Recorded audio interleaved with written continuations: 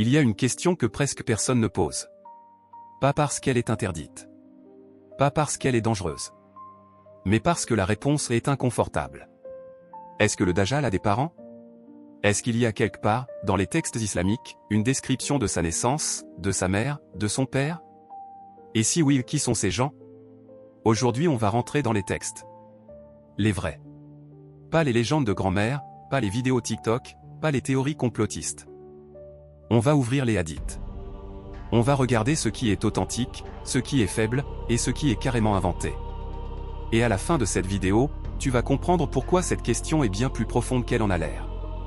Avant d'aller plus loin, posons les bases.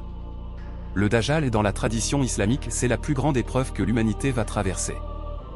Le prophète lui-même a dit qu'entre la création d'Adam et le jugement dernier, il n'y a pas de fitna plus grande que le Dajjal. C'est pas rien. Chaque prophète a averti son peuple contre lui. Noé, Ibrahim, Moïse, Jésus et Mohamed. Tous. Alors forcément, on se pose la question, ce personnage, il vient d'où? Il est tombé du ciel? Il a été créé de rien? Ou il est né comme toi et moi? C'est là que ça devient intéressant. Parce que les textes, eux, ils répondent. Mais pas de la façon qu'on croit.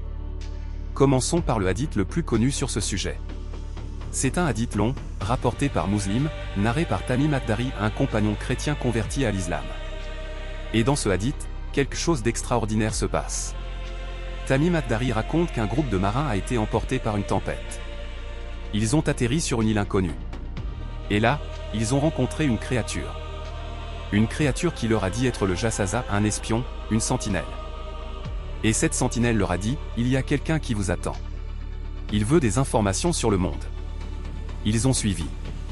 Et ils ont trouvé un homme. Enchaîné. Attaché. Dans un endroit isolé. Cet homme leur a posé des questions, est-ce que le lac de Tibériade est encore plein?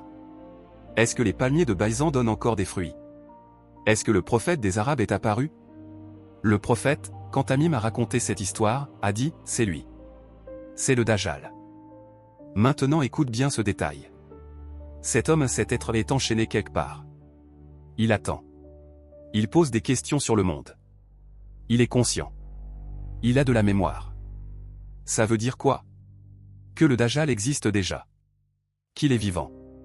Qu'il attend le moment où il sera libéré. Et s'il existe déjà, il est né à un moment. Il a une origine. Mais les hadiths authentiques s'arrêtent là. Ils ne décrivent ni son père, ni sa mère, ni le lieu de sa naissance. Ce silence, il est important. On y revient dans 2 minutes. Par contre, les hadiths décrivent son apparence physique avec une précision presque troublante. Le prophète dit, il est akmar au teint rougeâtre. Il est grand, corpulent. Ses cheveux sont frisés. Il est adfar, certains disent qu'il a une odeur particulière. Et surtout, il est borgne. L'œil droit est teint, comme un raisin qui flotte. Ou l'œil gauche, selon les versions, et les savants ont réconcilié ça en disant que chaque œil a un défaut différent. Et entre ces 2 yeux, les lettres KFR que tout croyant peut lire, même illettré. Maintenant, une question logique, ce physique, il vient de quelque part. Ces traits, ils ont une origine génétique? Ou c'est une création à part? C'est là qu'on entre dans la zone grise. Il existe des récits et attention, je vais être précis ici parce que c'est important, des récits qui ne sont pas dans les grands recueils authentiques, qui décrivent les parents du Dajjal. Certains textes tardifs, certaines traditions populaires, parlent d'un homme et d'une femme. Un couple. Qui vit depuis des dizaines, voire des centaines d'années sans enfant. Un homme décrit comme ayant un physique particulier, parfois borgne, parfois avec d'autres traits. Et une femme décrite comme grande, imposante. Et selon ces récits, leur enfant, c'est lui. Le Dajjal. Mais voilà le problème. Ces récits? Les savants en hadith les classent comme daïf, faibles ou pire, comme maudus ou fabriqués. Ibn Kathir en parle dans Nihaya. Il rapporte certaines de ces descriptions mais il met lui-même des réserves. Al-Albani, plus tard, a été encore plus strict sur l'authenticité de ces chaînes de narration. Donc on a un problème méthodologique clair. Ce qu'on veut entendre sur les parents du Dajjal est souvent ce qui est le moins fiable. Et ce que les textes authentiques disent. C'est presque rien. Pourquoi? Est-ce que c'est un oubli? Un hasard? Avant d'aller plus loin, si ce genre de contenu t'intéresse, Si tu veux qu'on creuse les textes sérieusement sans te prendre pour un idiot, abonne-toi maintenant. Et laisse un like, ça aide vraiment la chaîne à grandir. Parce que ce qu'on va voir dans la dernière partie, c'est le détail que tout le monde rate. Voilà ce que les savants disent et que personne ne met en avant dans les vidéos YouTube classiques. Le silence des hadiths authentiques sur les parents du Dajjal, ce n'est peut-être pas un silence vide.